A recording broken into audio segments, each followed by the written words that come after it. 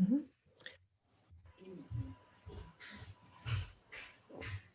We're delighted to have all of you here tonight. It's lovely to see so many faces. Gosh, it's really great.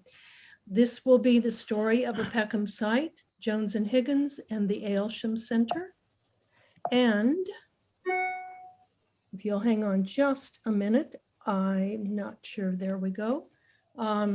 Especially, we would like to acknowledge Patricia Dark, Dr. Dark, and Chris Scales at the Suffolk Local History Library, and also Elizabeth Cowling, who happens to be a granddaughter of G.R. Higgins, for sharing some of their photos with us that we could use tonight. So thank you very much to them. And now I'm turning you over to Derek Kinrade. Well, now my role is to set the scene, to emphasize that the Aylesham Centre is at the heart of a town with a considerable history. It's never been a single administrative district, but historians such as Douglas Alport, 1841, and William Harnett Blanche, 1875, have given it a separate identity. That the Romans were here has been evidenced by finding shards of pottery near the junction of Rye Lane and Peckham High Street, which is precisely what we're talking about tonight. Peckham features in the Domesday Book of 1086 as Peckham. That's P-E-C-H-E-H-A-M, Peckham. Its town centre has perhaps best been defined by the Bredinghurst Manor House. That dates back to Henry I, 1068 to 1135. One of its later occupants was Sir Thomas Grimes around the time of the Gunpowder Plot. And a frequent visitor to the manor house was John Donne, the poet and the Dean of St. Paul's. Another early building was the Kentish Drovers, although not necessarily always known by that name. It was a hostelry serving cattle drovers en route to Smithfield, who could leave their animals in holding pens on nearby land. In the 19th century, it also served another purpose, as one of a number of public houses used to temporarily house corpses taken from the Surrey Canal. It was demolished in 1954 and replaced with a tawdry shop. What we've got on screen is the earliest detailed map I have of the town centre. It's the one which John Roke made in 1746, and it's interesting both for what it shows and what is missing. The most interesting feature is the manor house, the U-shaped manor house, which Nancy will indicate. Yeah.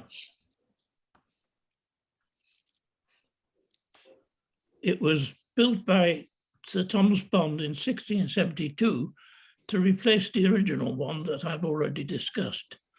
It features significantly in English history, having given hospitality to both Charles II and his brother James, who came there to hunt. James, when he was Duke of York, had a house on the High Street. I've yet to discover quite where, but it would be very interesting to find it. He's a controversial figure in English history, having been appointed the governor of the Royal African Company, and he had a huge involvement in the slave trade. John Evelyn, the diarist, visited and admired both the manor house, its view into London, and the exquisite garden, now occupied by the Library Square and its buildings.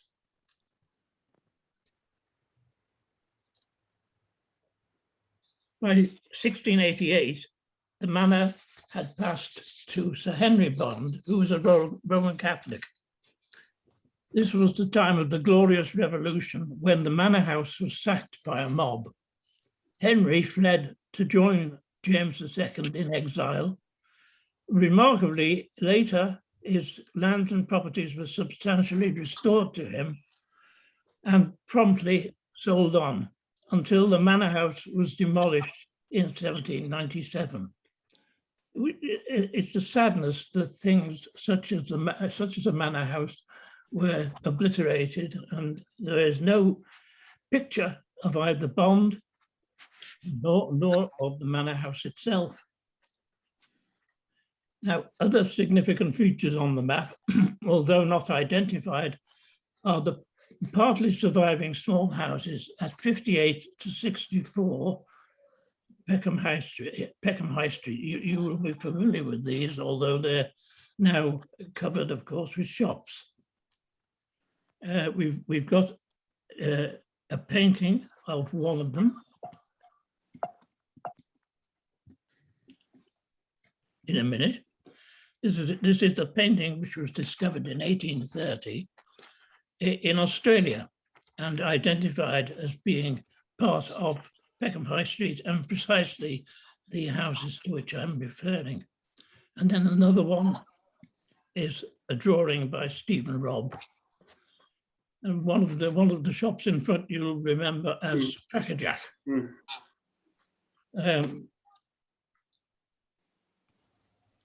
A moment, please.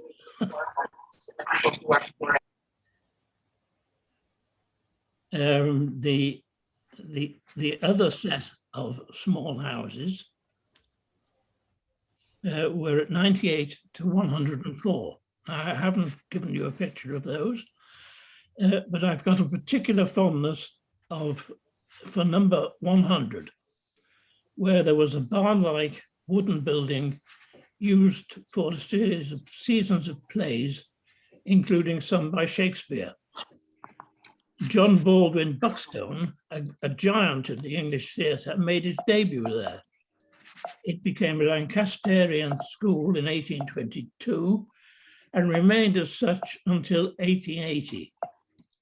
Some remnants of it allegedly remain. Let's see those, Nancy. I'm trying. I'm sorry, I'm not sure why this is not moving on to the next one.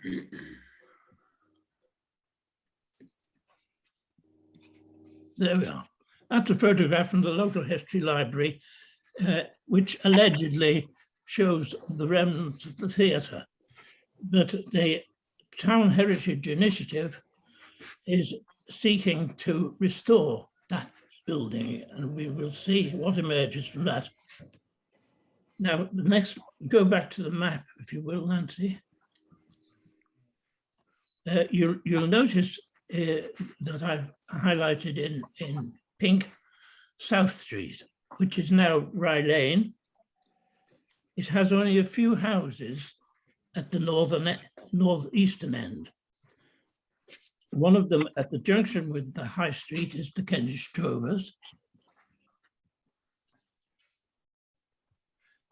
The buildings and the plantation on that corner, stay with the map, Nancy, are at least to me a mystery.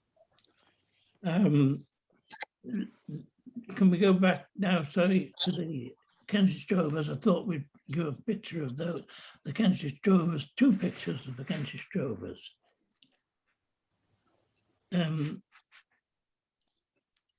Quite what buildings on that particular corner were at the time is a mystery to me. Can we go back to the map again? I knew this would be difficult. Here. Wildflower Meadow Mounds could be included. Here on that corner, the buildings and the plantations are mysterious. I don't know what they are, but we have got a picture later on of the buildings which are there before the clock tower was erected. There, which is a pretty famous picture. Opposite, on the opposite corner, was Hanover Chapel. Hanover Chapel was built in 1717 and then rebuilt in 1817. And that's the 1817 version. Next to the Hanover Chapel was Hanover House. This was reputedly designed by John Vanbrugh. If that is true, then it dates before 1726. Mary Woolley has left a memoir of her childhood there, which is still available on the internet, but neither the chapel nor the Hanover House have survived. Eric, can I introduce something briefly here? Sure. Quick note on Sir John Vanbrugh, brilliant architect and playwright, represented wonderfully in southeast London by his own house on the top of Blackheath Hill, the Vanbrugh Castle, which looks remarkably like this, suggesting that the attribution is sure.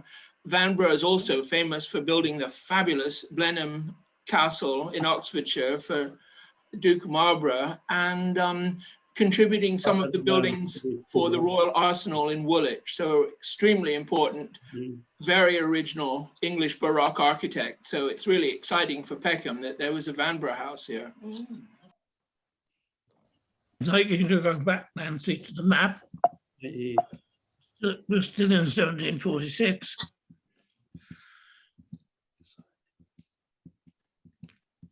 And around this period, from 1696 until 1749, more than 50 years, the eminent botanist Peter Collinson lived in Peckham, but the location of his house and the famous garden remained to be identified. But his brother James, however, had land where Peckham House and the asylum were erected during the late 18th century. And you can see them out of my bedroom window, now occupied by Harris Academy. To the south are fields. Neither Hanover Park nor Hanover Street had yet to be built. Now, I've passed over maps of 1797 and 1800, which show little change.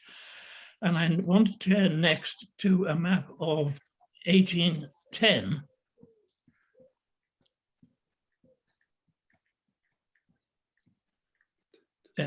And this is interesting, mainly in that it shows Folly.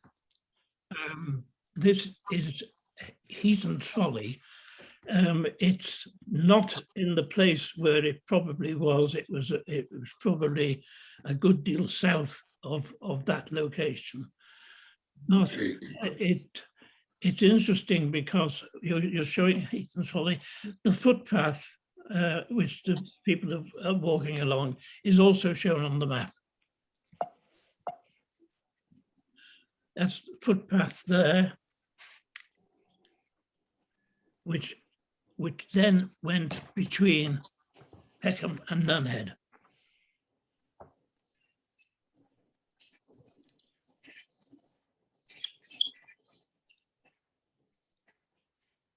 Now, I want to turn to the next map or drawing, which comes from the Despini Terrier survey of 1840.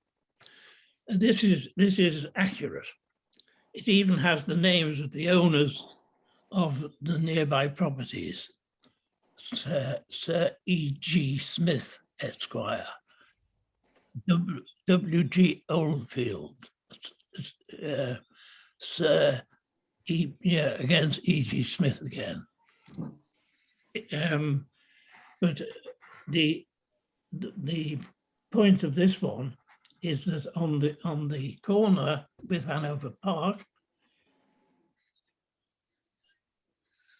that is Champion House.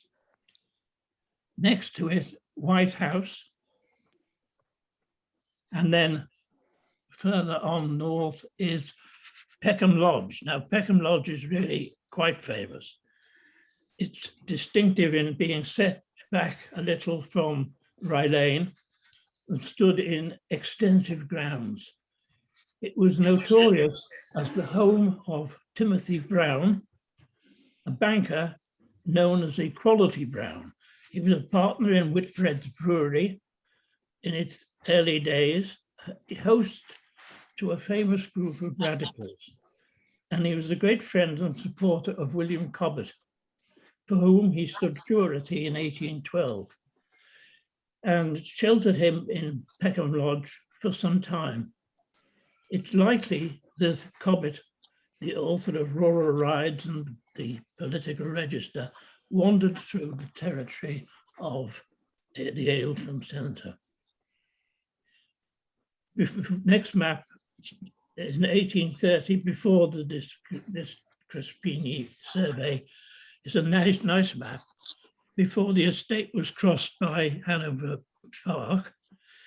It includes some familiar places: Hanover Chapel, Hanover House, St Mary's College, the Kentish Drovers, Shard's Terrace, and a park-like area approximately where the clock tower now stands. There, yeah. It has Hanover Street, now Highshore Road, and the Quaker Meeting House, 1826. Much of the land now known as the Aylesham Centre was a brickfield.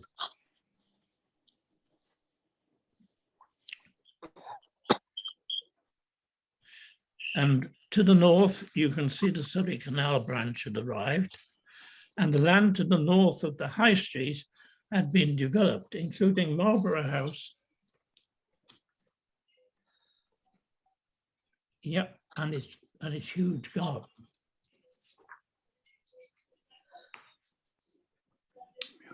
Now, a map of 1862 next. This definitively shows the mid-Victorian layout with the site of Basing Manor indicated. It's not quite right. Basing Manor was more or less where the Lidl supermarket now trades. This also has Shard's Terrace, and I thought it'd be nice to show a photograph of Lord Harris's father's first shop. That's it, yes.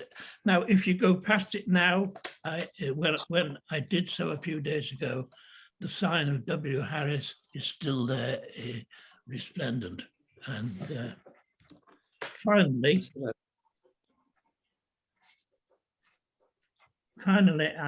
the reliable map of the Ordnance Survey map of 1871. And this is interesting in that it shows Avenue House. Can you find that, Nancy? There.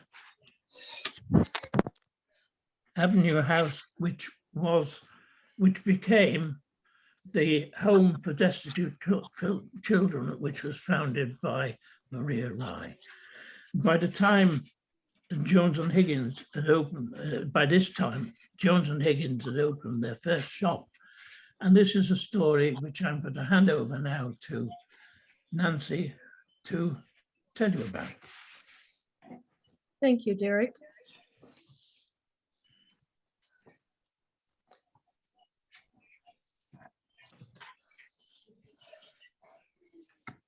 The basic shopping needs of Peckham and its residents in the early to mid 19th century were probably served by a range of establishments on Peckham High Street selling food, clothing, and household goods. Most of these shops were adaptations or adaptions of existing houses. By the 1850s, most conversions were following the practice of front extensions over former gardens.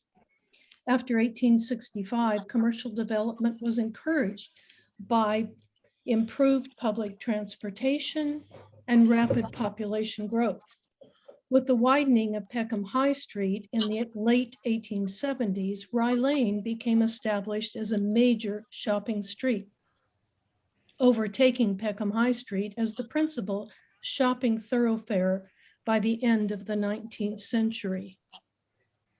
Large emporiums, chain stores and banks emerged using new methods of organization and management, replacing many of the small enterprises. Early department stores were often founded by drapers, cloth merchants who understood the tastes and buying powers of the rising new generation of middle-class women. On Rye Lane, two of these drapery businesses attained vast proportions. They were Jones and Higgins and Holdren's, both on the east side of the road.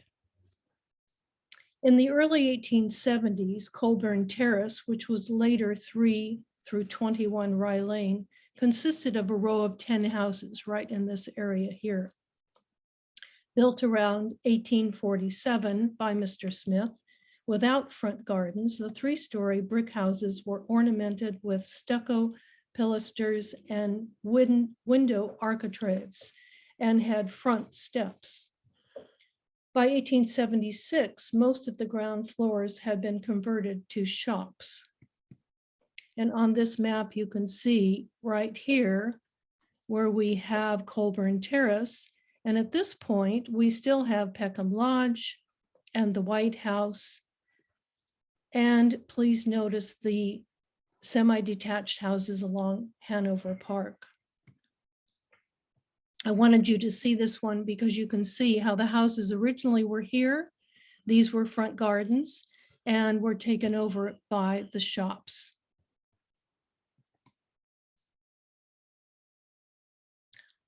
I'll go back for just a minute. Argyle Terrace, which actually was this part in here, was built around 1870 and consisted of substantial 3-story brick premises and was entirely residential.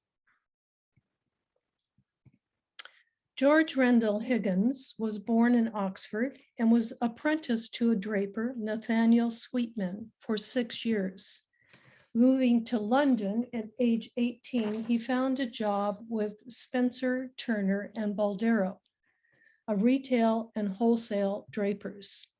As employees at that time often lived in the shop, it was here that he met Edwin Jones. Though markedly different in temperament, they were to become lifelong friends.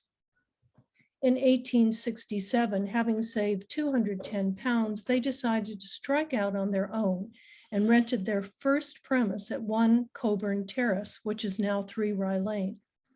Here, over a shop of just 12 square feet, the young men lived to save expenses of lodgings. By 1871, they had been joined by Higgins' wife, Mary Ann, 2 assistants, 2 apprentices, and their servant. And here's the sign that shows where their original premises were, unfortunately taken down when the present Aylesham Center was put up. A blend of cautiousness, enthusiasm, and hard work proved successful, and by 1876, they occupied 3 through 13 Rye Lane, which were remodeled to accommodate them that same year. By 1888, they occupied the entirety of Colburn Terrace, which is, and by then was called Rye Lane. In 1890, numbers 17, 19, and 21 were altered at the rear, and number 23 was rebuilt in a taller form, giving the terrace a central accent. The architect for these works was Henry Jarvis, and the builders were the Holloway brothers. Here you can see that Henry Jarvis has started to talk with Mr. Higgins about this new enterprise. And they were to then go on to look at all of the buildings that were there. You see that we still are an entrance to Peckham Lodge. And here we have the White House and the lodge that they will then get rid of and put the 8 proposed houses. I thought it was really interesting to look at some of the neighbors on the other side, Mackley's Hotel, Dr. Blomfield, and even the Peckham Liberal Club. The Peckham Conservative Club is up here at the top. Surgery right here, interesting. And so by 1894, 62 Peckham High Street, 1 Rye Lane, was replaced by a handsome block of buildings, of which the tower is a landmark for miles around, and was later called the Clock Tower Building. Here you see 1 through 23, 23 again being that large, tall building.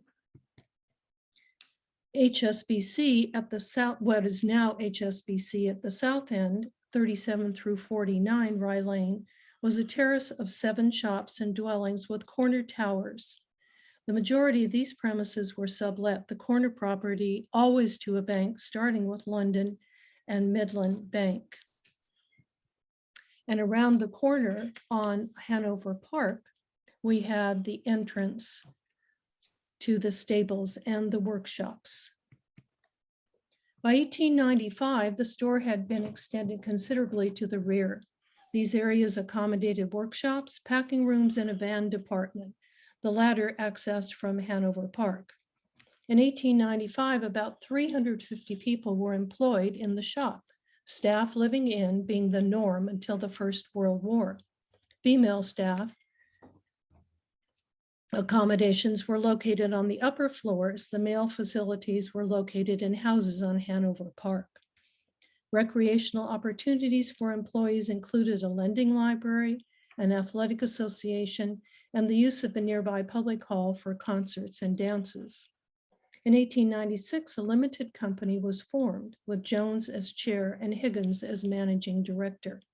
The store became legendary, maintaining its reputation for honorable trading, courtesy to customers, and value for money, including staff relations, which secured loyalty and esteem from its employees.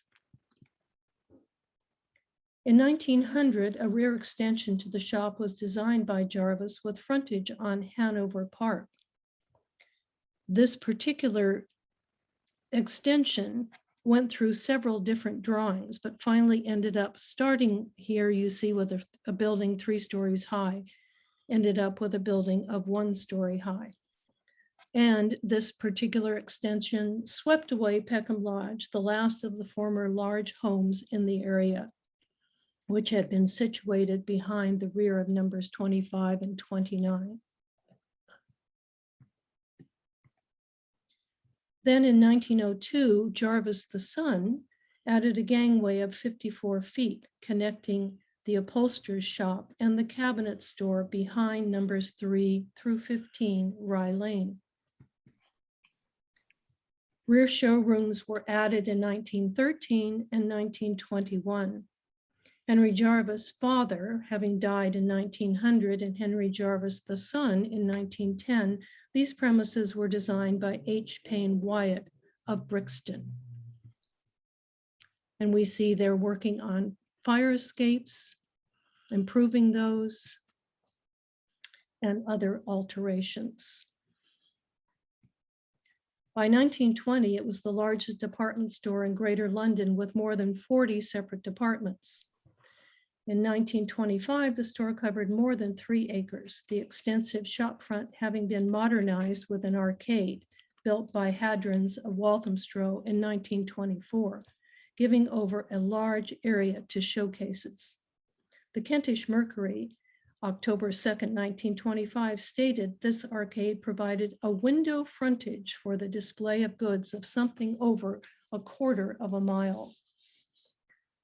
The store had rapidly expanded from their initial specializations to selling all kinds of goods, including furniture, footwear, ironmongery, and furnishings. What really marked out department stores at this time was the array of services they offered in addition to the goods they sold.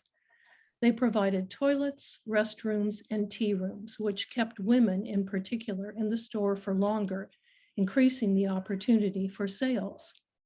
There were also fashion shows, cooking demonstrations, Santa at Christmas, exhibitions, and art galleries. The cultivation of high moral business principles, which was the characteristic feature of the founders, was still present in the policy of the board of directors in 1925. And we'll take a look at some of the things that were going on during that time. Hot luncheons for the ladies and dainty teas from 3 p.m. Christmas and special Christmas shows, which continued at least through 1966. Summer sales. Notice that this is their 33rd annual sale and that they have put a note here of important extension of the premises, which they say when completed, this extension will be one of the finest we have ever made, affording greater facilities for business and additional convenience and comfort for our customers.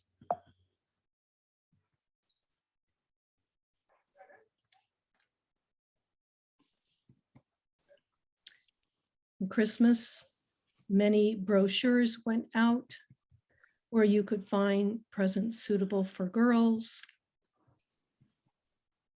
There were also booklets for children.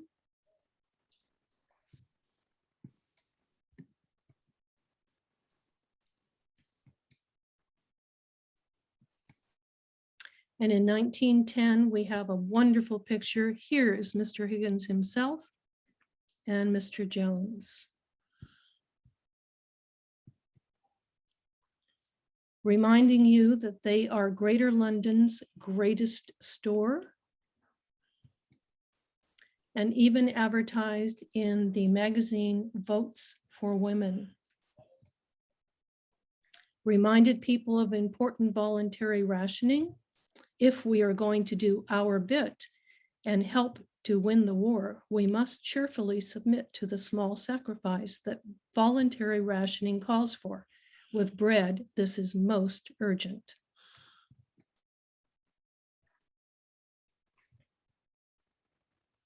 Edwin Jones died in 1916 without heirs. Higgins, who had 9 children, in 1920. However, the directorship of the store stayed in the Higgins family until at least 1955. And one of the wonderful things they did was to keep memorandum. And you'll see here that peace was signed in 1919, that the Great European War was started by Germany on August 3rd, and that their Christmas holidays, the times that they were closed and the times that they were open.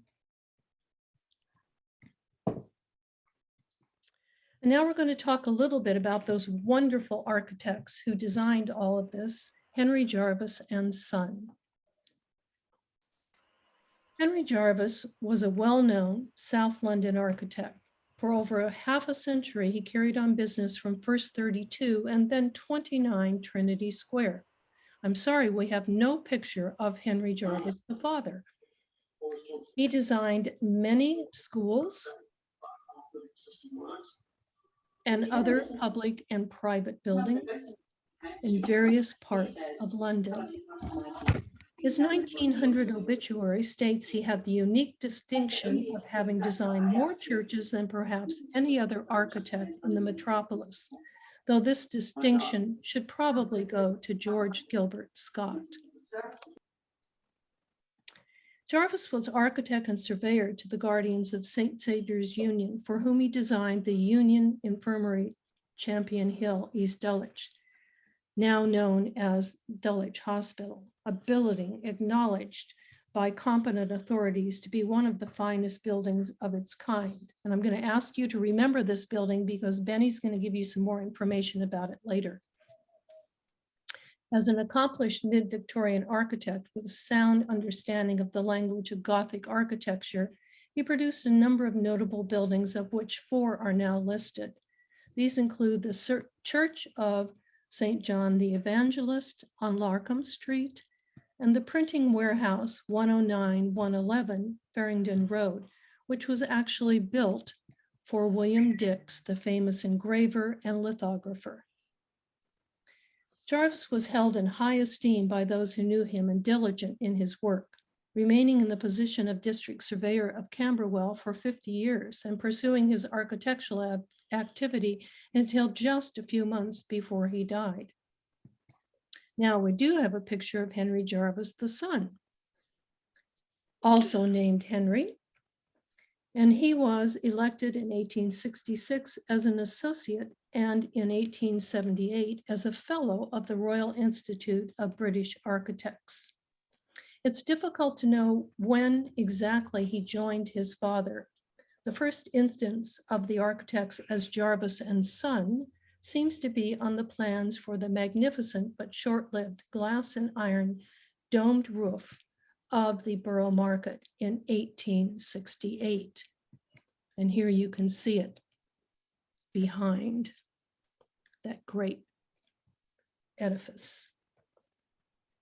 As Jarvis and Son, they designed many and varied buildings, of which two are listed: the Church of St. Augustine, Bermondsey, and the Globe Public House in Borough Market.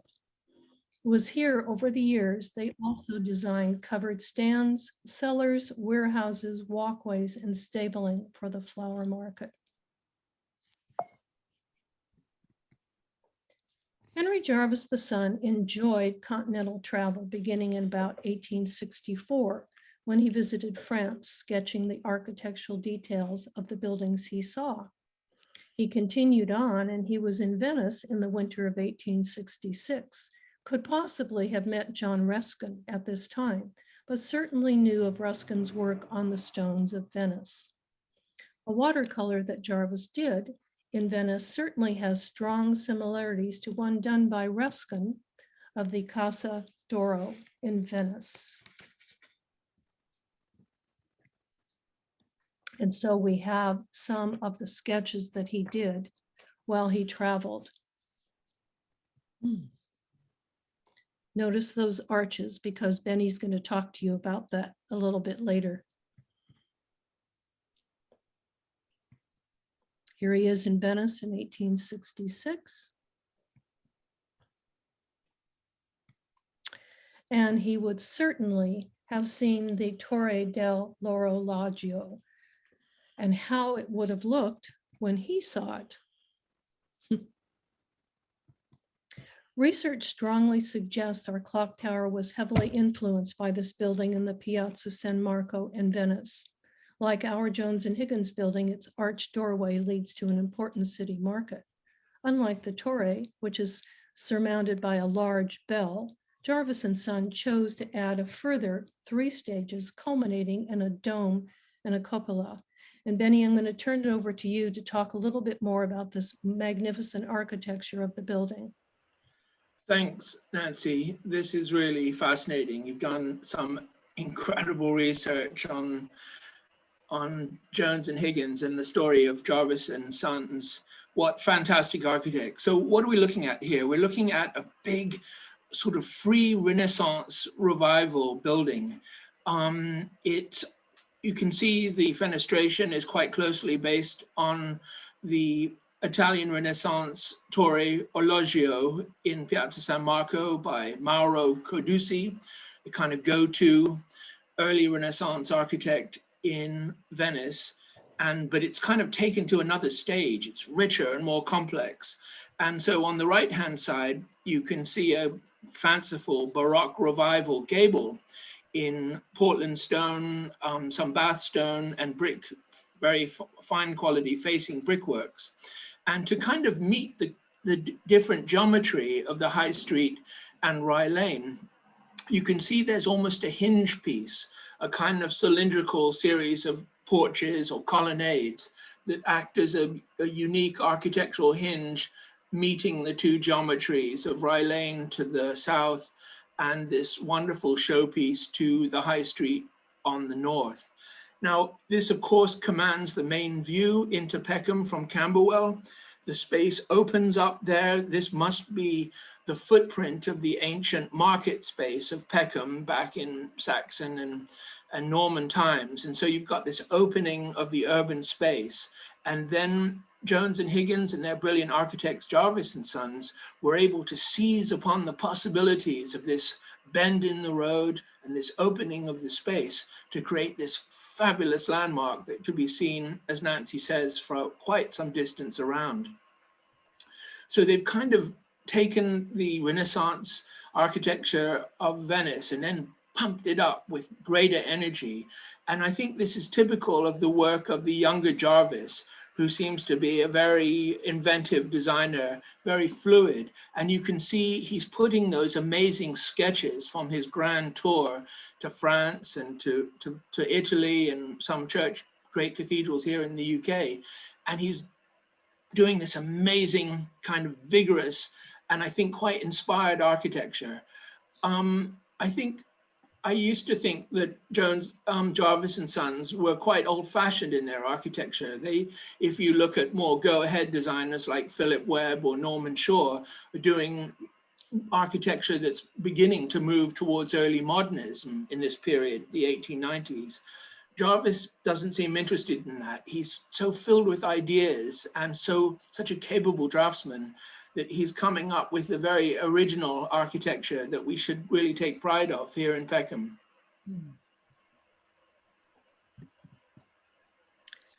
And again, as Benny said, this is the clock tower that you can see for miles around in both of these pictures. And again, Peckham was heavily bombed in the Second World War, causing great damage at both ends of the Jones and Higgins estate. Post-war efforts were before I do that, let's show you a few pictures of the damage that was done. You'll notice on this one, here is our wonderful current HSBC building. So that's the back that was bombed. And the wonderful drawing by Alan Harker. Post-war efforts were directed towards repairing existing buildings. Redevelopment took longer. And so here we have in 1947, this part was destroyed by enemy action, and they're now beginning to do the repairs on that. Alterations continued to take place in the store. Here we're working on the stairwell, adding a lift to the tower building, and more things happening in the clock tower building. This is a picture, the only one I've been able to find that shows you the grand staircase that was supposed to be so magnificent. I'm still looking for pictures of it, but here it is, and that's where it was at that time. In the 1960s, the area was still maintained as a major shopping center, even referred to as the Golden Mile by the local press. And you can see all of the Jones and Higgins empire there. And notice Thomas Tilling here in the back.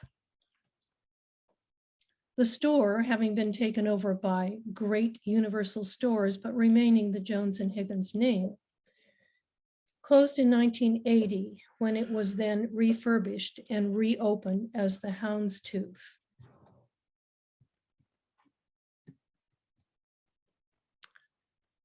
Sadly, the top of the tower and the elaborate stone and metal mansard roof were taken down in the 1950s after suffering wartime damage.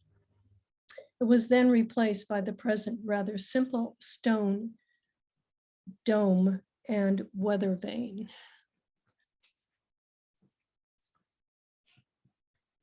So we'll look a little bit more at what was happening at the end of the Jones and Higgins time. 1952.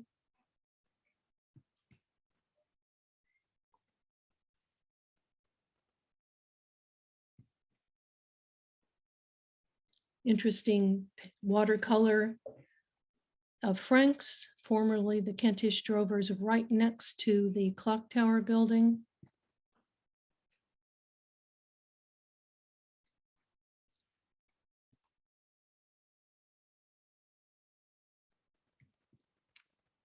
I think this is my favorite.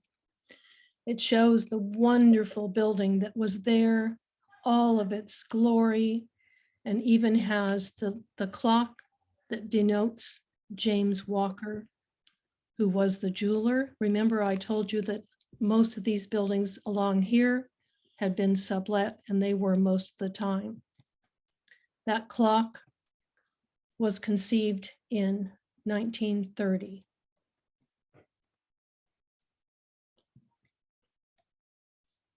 However, decline was apparent, and in 1985, the greater part of the famous Rye Lane estate was demolished to make way for the Aylesham Center, which is all of this in here.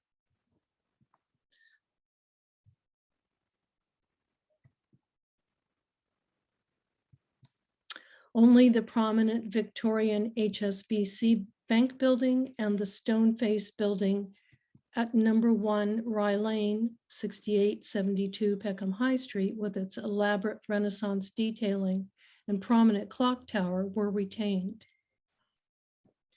Now I'm going to turn it back to Benny. He's going to take you on a little walk around the Aylesham Center and Peckham to show you just how important Jarvis and Son were to Peckham.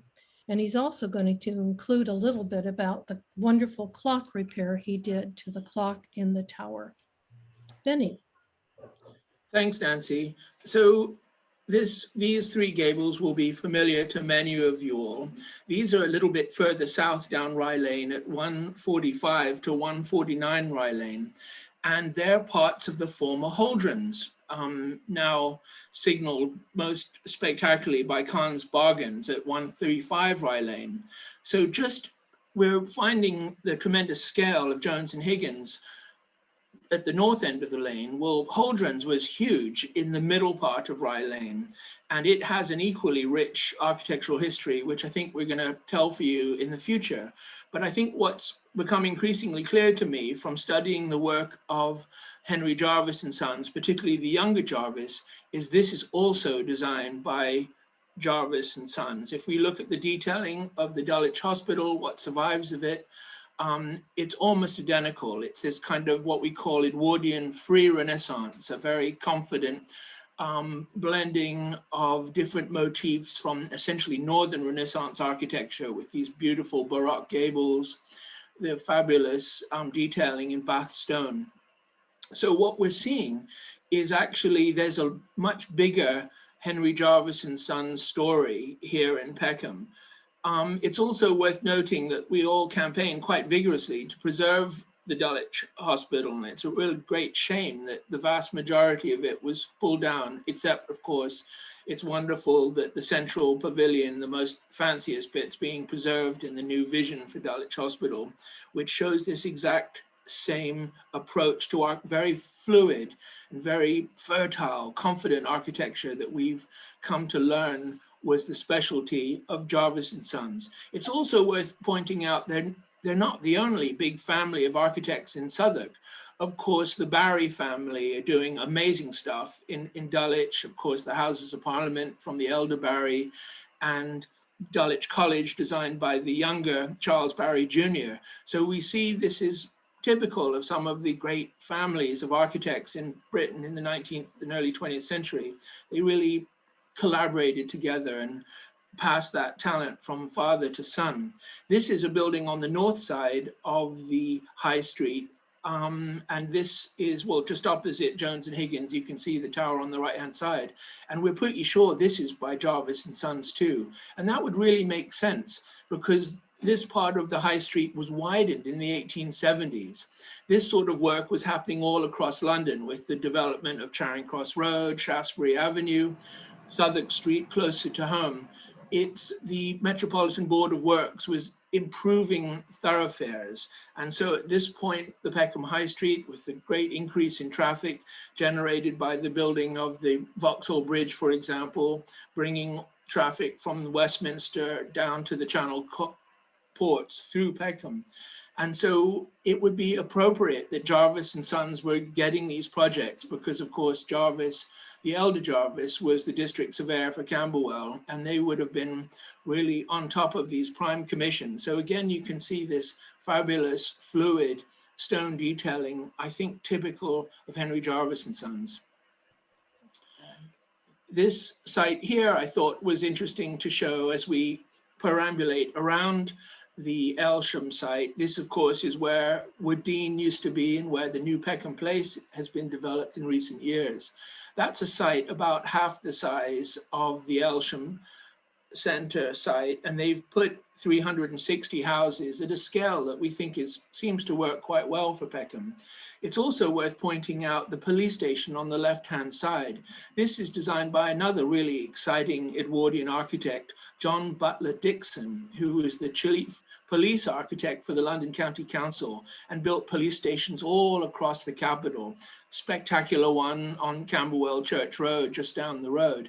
And it's really been overlooked as quite an important building in Peckham Town Centre and could really use, the fenestration on the police station is covered up with netting. It could really use breathing some life back into it because it needs a bit of love. It's a really important building in Peckham and a really decent work of advanced late 19th, early 20th century architecture. Next slide. Here we can see what I'm convinced is Jarvis and Sons work, particularly the younger Jarvis's work for Holdrens. Here we can see the great sweep from 135 Rye Lane down to 149 Rye Lane. And sadly, because of a fire, and then of course the rebuilding of the Art Deco Holdrens in 1935, this element to the left has been replaced by Khan's, but the arcade still survives. And I hope that's something together we can rediscover in the coming years, is to find that glass roof that still survives for the Holdrens arcade.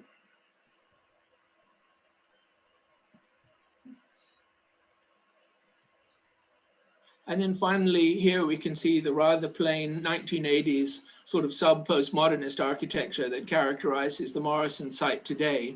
This was once Thomas Tilling, the famous Peckham entrepreneur who built up this amazing transport industry in the mid-19th century and had horse yards all across Peckham, of which one was here.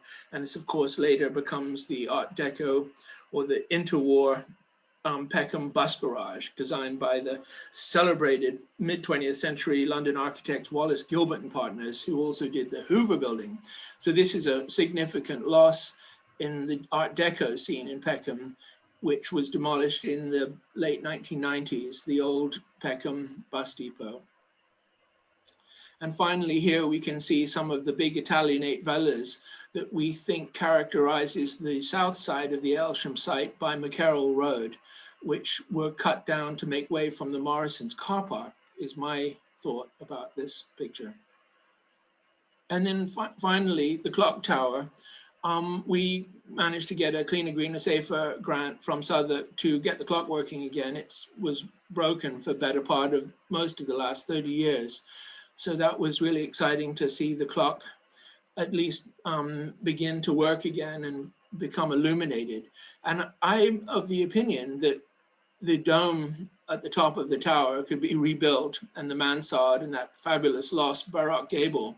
And so perhaps as there are new dreams of redeveloping the Aylesham site, something that we could encourage as people interested in local history and the lost fabulous buildings of Peckham could be to maybe see if the clock tower could be rebuilt in a neo-Baroque manner again.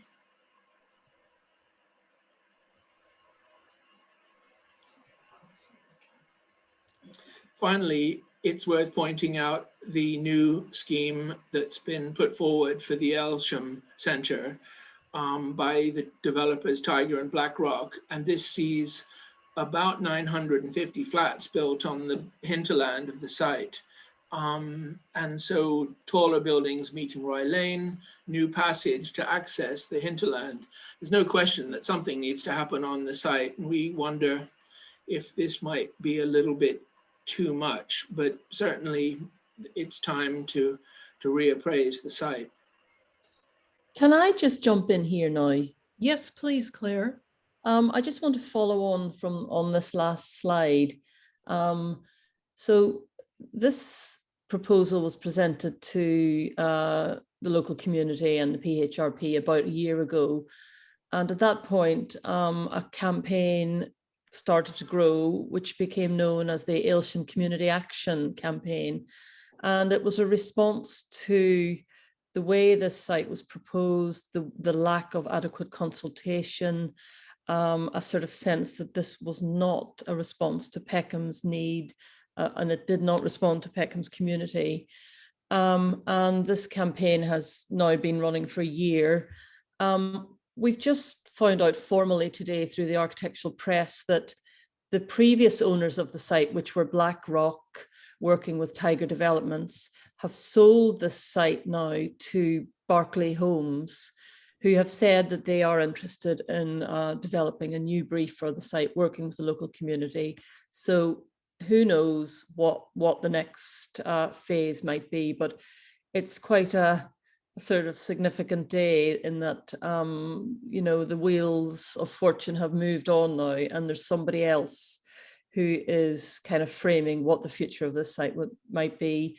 And the ACA campaign is about trying to engage with this new owner and come up with a brief and an understanding of the site that will enable them to respond with proposals that are much more sort of suiting and responding to the local community and local need.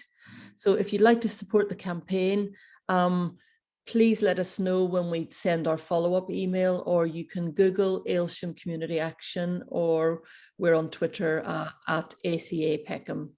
So thanks for that. Back over to you, Nancy or Benny. Yes, I think what I'll do right now is I will stop share so that we can take some questions. Yeah.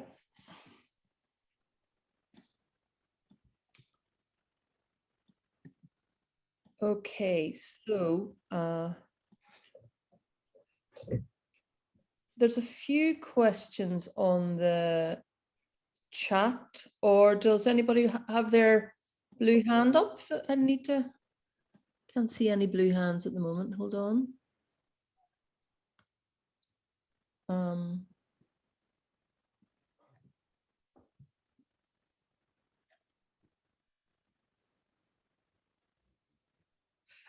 Shall I just invite Abby Tobin to propose her question about the interior of the clock tower?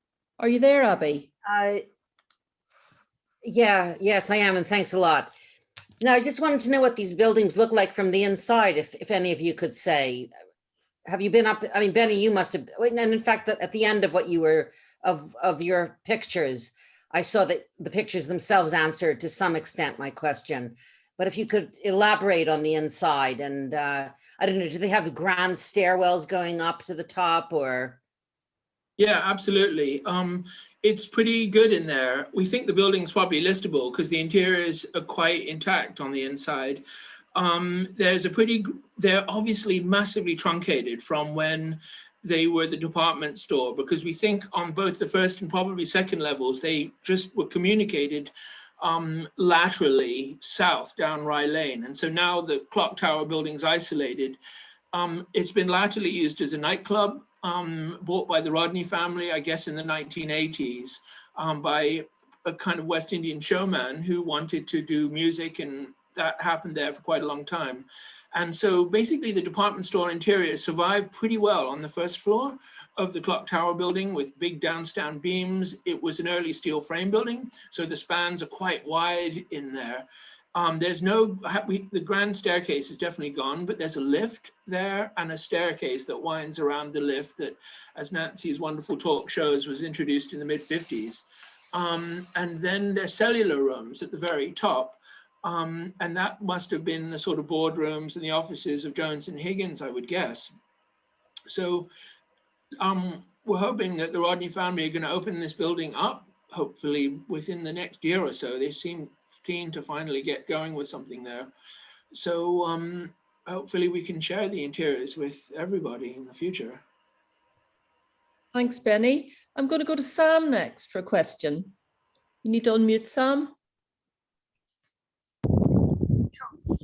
I was just, I don't know if some of you know that my particular obsession is with the 18th century, and one of the pictures from the very beginning of Nancy's talk was the corner, the was the third or fourth picture, I think, and it had what felt to me like a Wild West vibe. That was just kind of, there was like a raised pavement, and which, obviously sensible. But I hadn't ever really, I'd always thought of Peckham as being quite a civilized place at the time. But to see that picture made me think maybe it was still a little bit edgy and a little bit like dangerous to be in. And so I'd like to know if anybody knows anything more about that. Benny, do you know any more? I don't know all that much more. Yeah, I can offer something. The Peckham Hill Street, I believe, used to meet the Old Kent Road at a place called Peckham Gap, where there was some hedges and some trees and things before. Basically, Peckham was a bit of a cul-de-sac until the Vauxhall Bridge was built in 1815. And all of a sudden, Peckham became on the main road. So Peckham would have been quite isolated feeling before that. And famously, there were highwaymen that hung around Peckham Gap. So you could get robbed on the Old Kent Road around there. So I don't think, I think like all of London, there would have been sort of fairly dangerous bits in between settlements, I would guess. Yep. Yeah, I'm definitely. kind of guessing there was like the last stop before Kent and out of London, and even then it would have like still felt like part of London, but the last part of London. So it must have been a kind of frontier town in its way, I guess. Well, it was certainly a place where the farmers from the area, I mean, you saw all the farms that were around there, took their goods into London, especially to the king, who really relished the melons from Peckham. That's right. Shall we move on to Ruth Chambers next? Thanks, Sam. Thank you, Claire. Oh, yes. Yes, I knew Jones and Higgins in the 1960s. I'm really cross with myself because I can't remember what it was like inside. I must have been there loads of times, not only to see Father Christmas, but lots of times. But what I did remember was that fascia, that really deep fascia with the 1960s Jones and Higgins on it. What I was going to say is that I belong to the Facebook group. I grew up in East Dulwich, and I just recently put a picture of that clock tower on there in May, because a lot of people have moved away, and it generated quite a lot of comments. So anyone who doesn't know that group, you might want to look at that. Lots of interesting information about people who worked there, what they thought of it, all their memories of it. So, and anyone who did know it might want to put their own memories on it. So Oh, that's terrific. Thank you. Eileen, next up. Hi, yes, everybody. My name's Eileen Conn. I live in Peckham for a long time, and I'm an active member of the PHRP. I remember, this following on the previous speaker, going to Jones and Higgins in the 1970s and 80s, probably not long before it was demolished, the parts that were demolished. And my memories are of a really strange, well, not strange building, but a building I think I was quite used to in those days, of long winding corridors and things crammed, and one took it for granted, really. Anyways, that was my recollection. But I've got a couple of points I just wanted to make. The first is that it's fantastic news today that BlackRock have sold this to an organization that at least has some track record in being interested in places and housing. And the fact that they've said that they are keen to work with the local community gives us the chance we've never had with the Tiger development, which was actually to talk about the brief for the site. And once they've got too far down the road on that, it's extremely difficult to change this incredible over-densification of the site, as you could see from that model. But there was one thing that I really liked about the Tiger proposal, and that was that they paid attention to the backs of the buildings on the south side of the high street, where they join the land that BlackRock owned.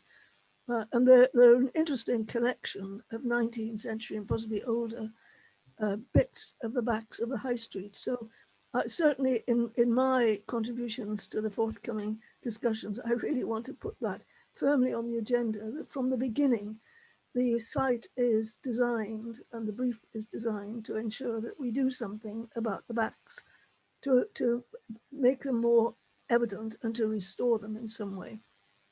But the other point I wanted to make was about community engagement. It's just a really good opportunity to find a new way of working with these kinds of organizations that buy up land that they know nothing about, but which means so much to so many people because of the history and because of the living lives of people who lived here now and people who work here.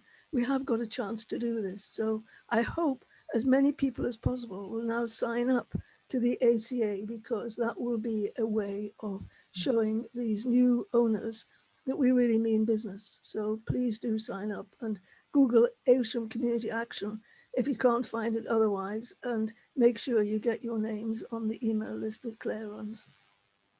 Thanks, Claire. Thanks, Eileen. Mark Youngman next. Well, Mark, you need to, yeah. Yeah, I do.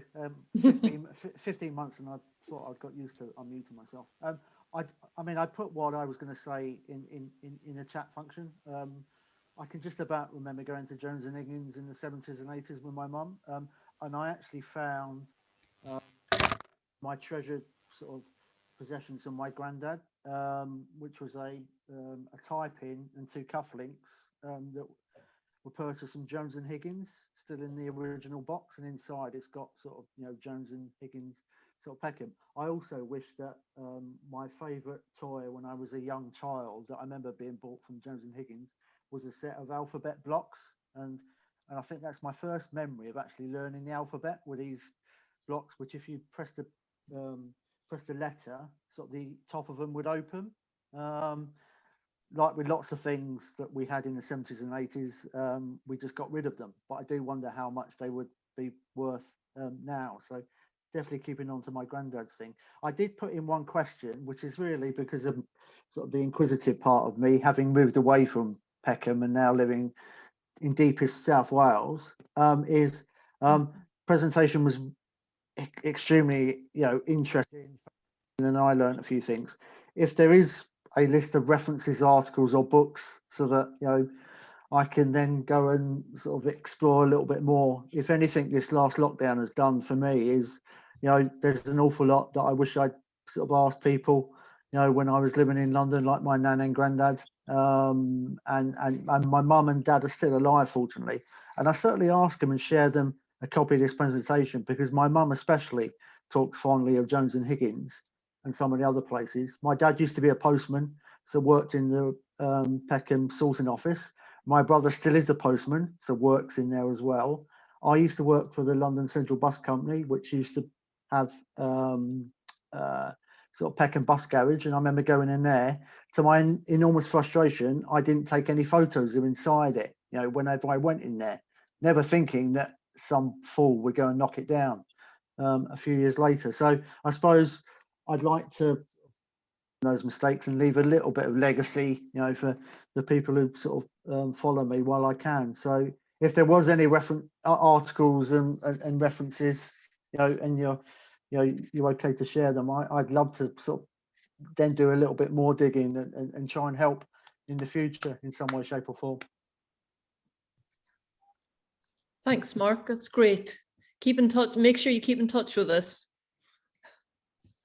Let's just check the chat room here. Michelle, was that a question from you coming in? Yes.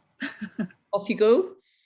I just wanted to ask Nancy and Derek, how did Peckham get its name? I'm sorry if I missed that. And Benny, when the Aylesham Centre became the Aylesham Centre, would you say it's kind of a postmodern? And who was the architect for the, you know, the newest version? Well, on the first question, it is said to take its name from the River Peck, which ran through and possibly still to some extent runs through Peckham. And it, in the Domesday Book, it is recognised. It was a small hamlet, and it was called Peckham. Peckham. Thanks. The River Peck can be seen in Peckham Rye Common. It makes a little appearance there. And if you listen to one of the street drainage grates at the corner of Rye Lane and Shumat Road, you can often hear water running quite fast there. And I often think that might be a stream of the River Peck running down Rye Lane, as it obviously probably would because of the slope. In terms of the postmodernist Aylesham Centre, I don't know who the architects were.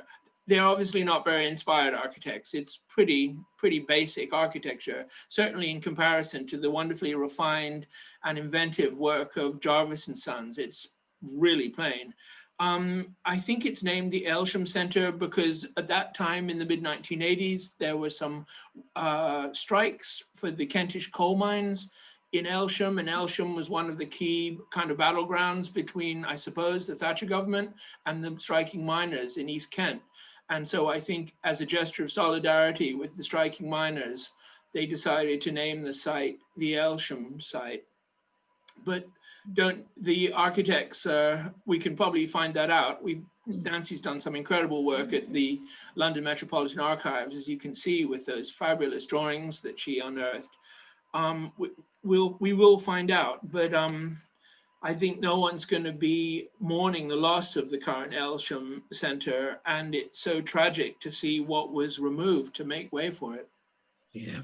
Could I just add on that, Claire, that I remember in the 1980s, there was a big debate in the political circles about the naming of the new centre, and what Benny has said rings bells with that, and certainly is consistent with what I remember about a big political debate. I'd forgotten the exact details, but it does sound pretty accurate. And I like it more knowing that now than I did like half an hour ago. So thank you. Just to say, Angarad's put a really useful note in the chat to say that, and this is a direct response to Mark's earlier question, that we can put a bibliography on the ACA website, which is www.ayleshamcommunityaction.co.uk. So we can follow up with more information and on the PHRP website. Okay. Oh, Amy, is that still your hand up, or is that your old hand? Or Abby, sorry, Abby.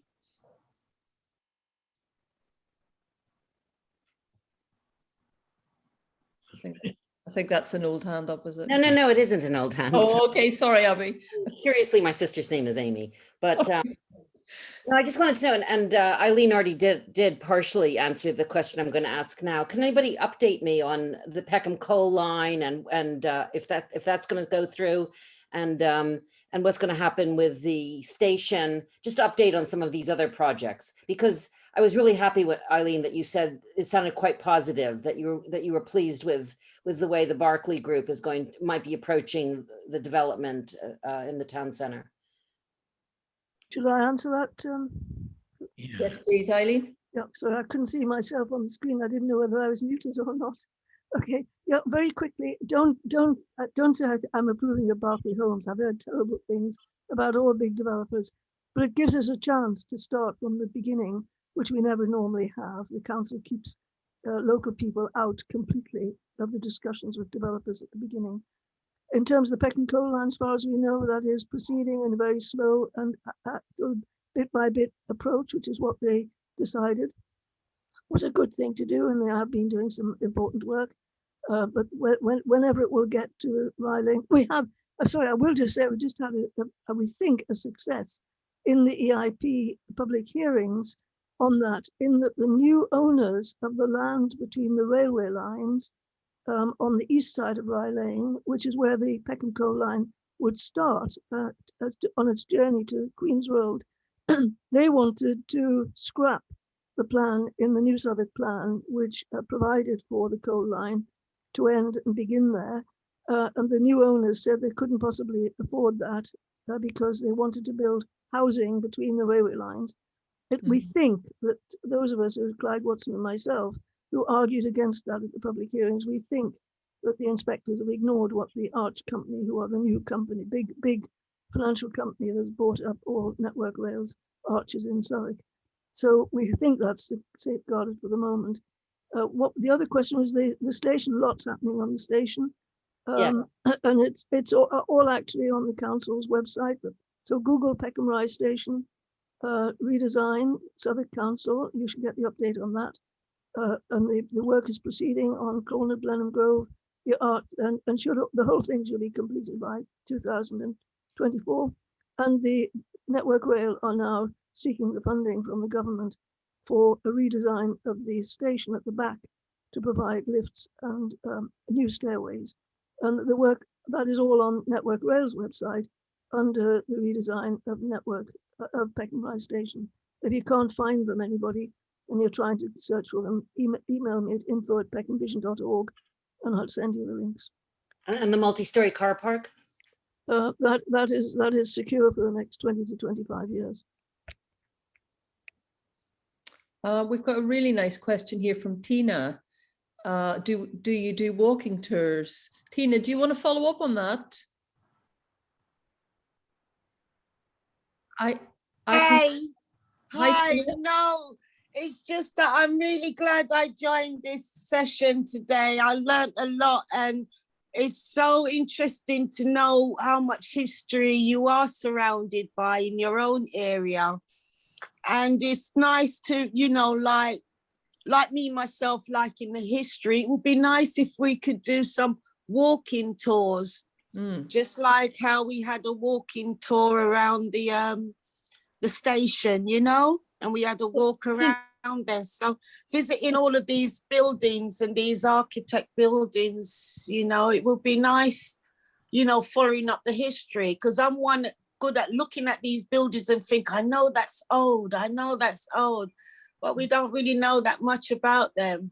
It'll be nice if we can have a little bit of plaques giving some information about these buildings outside. You know, we've got this kind of future idea for a project called Walks and Talks, which is about, hopefully at some point we can all kind of get out there into the world a bit more, but that there will be you know, physical walks where people can get together and we can maybe revisit some of the, you know, look at the buildings together that we've discussed today.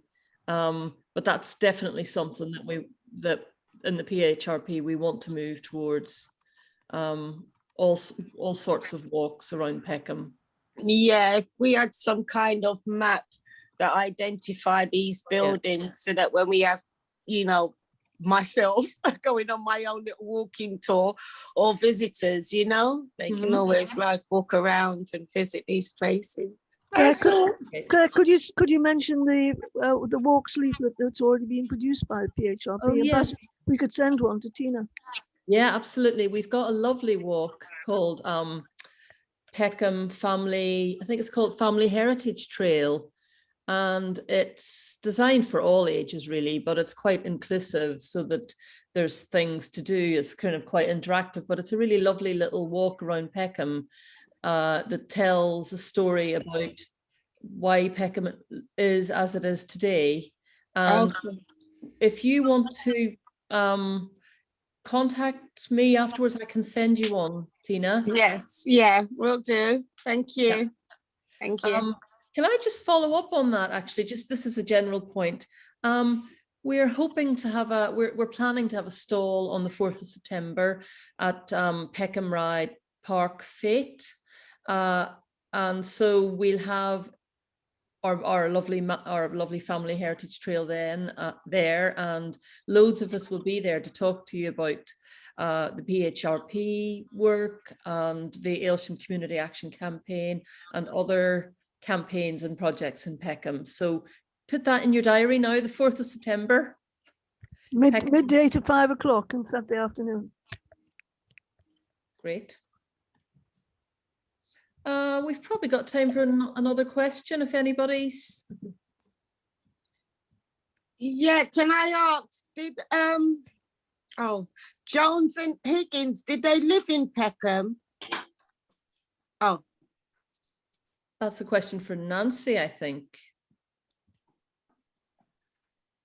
Oh, Nancy, you need to unmute. Originally, yes, they did live above the store, but then later than that, they moved to separate residences. I can't tell you exactly where they were off the top of my head, Trinity but Square. well, that Jarvis lived in Trinity Yeah, Square, sorry. but Jones and Higgins. Yeah. But we'll follow up on that one. I know, Benny, you might remember. I know they were close by, but I can't remember exactly where. I think one of them was in East Dulwich. Thank you. Thank you. Oh, thanks, Tina. Raquel. Hi, good evening. Thank you so much. I wanted to say thank you again for the talk. It was very interesting. And it's just a question in relation to the redevelopment, or at least at the proposal. I wonder if all the shop owners on Rye Lane are participating in the consultations, or if they are joining the community engagements, if there's any interest from them, or it's just like a minority. And Eileen, do you want to answer that? Yeah, well, what we'd say, Raquel, is that the community engagement conducted by Tiger was terrible for a number of reasons and spanned several years. We hope that we can avoid this time by being involved from the very beginning with these new owners and ensure that there's a proper comprehensive plan to engage with everybody of different kinds in Peckham for whom this site is important, whether it's because they live next door to it, or because they shop there, or because they want to work there, or because they care about the town centre, or because there are other traders who will be affected by what's happening there. We've already had and done some successful work in the ACA on engaging ourselves with people that we know in the Peckham community who themselves have links with people who would not normally get involved in such things. We hope that this change of ownership with a breathing space and a restarting of the clock, that we've actually got a chance to do something real and proper there. So Raquel and anybody else, if you want to join in that really important work, please email Aylesham. Claire, you'll give the exact email address. Please email and make sure you get on our mailing list, because we need many hands to the task coming forward, because we've really got an opportunity now, but we do need a lot of people involved. Absolutely, will do. Thank you very much. Well, look, I think we'll wrap it up now. And I just want to say a massive thank you to Nancy and Derek and Benny. That was absolutely fascinating and thrilling, and, you know, just so wonderful. And just the detail and the careful research was just beautiful. Thank you so much. So we've got this lovely site in Peckham now that we know so much more about, and all these kind of layers of experience and knowledge are building up, and, you know, just what a wonderful sense of riches. So big round of applause, everyone. Let's do.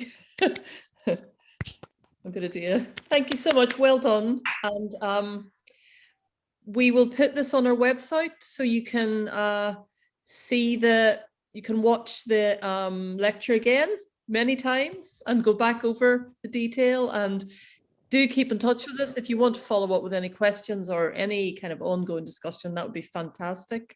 There's loads of lovely messages coming in on the chat, and we will be back in touch with all of you. And just thanks, great to see you all, and thanks for your contributions to a really, really fantastic event. Absolutely. Brilliant. Okay. All right. So next time. Oh, listen, by the way, so we've got another talk scheduled for September. I think you're in September, Eileen, aren't you? Yes. On community campaigns.